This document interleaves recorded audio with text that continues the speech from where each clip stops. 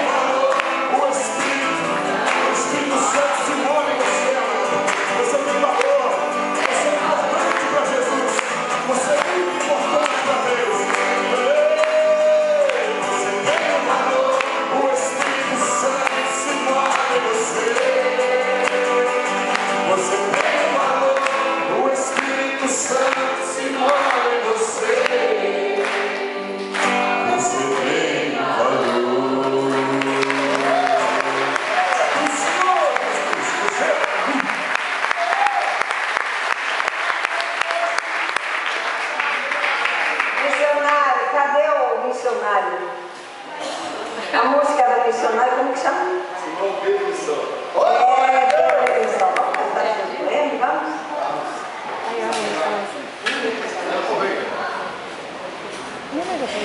Vamos pro refrão? Ouve essa música. Essa música é linda.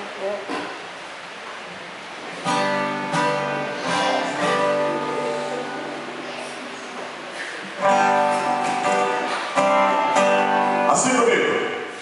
O grande Dia chegou. Quem sabe? E Simão Pedro gritou, lançando as redes, estou sobre a palavra do Senhor. e Pescador de homens, agora tá muito fraco. Tá muito fraco. Vocês sabem cantar, viu? Vocês cantam melhor que qualquer cantor brasileiro. A igreja de Jesus sabe cantar muito bem. Olha, novamente, ó. É que eu estava no meu barco, parado ali sentado, eu estava ali murmurando. Aleluia, Jesus. Talvez me revoltava, no seu dia foi assim, por nada ter pescado no mar da Galileia. Estava no meu barco, parado ali sentado, murmurando.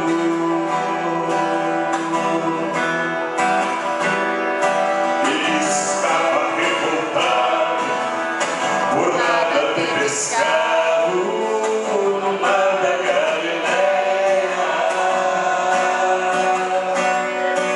Estava agitado com a proa, uma voz somente ecoa sem limite contra os ventos.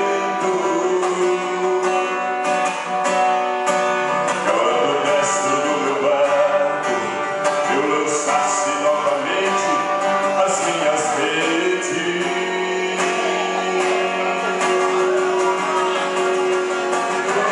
O grande dia chegou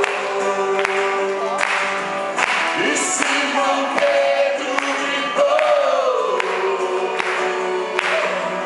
lançando as redes, estou sobre a palavra do Senhor, e pescador de homens agora eu sou. O grande dia chegou e Simão Pedro gritou, lançando as redes, estou sobre a palavra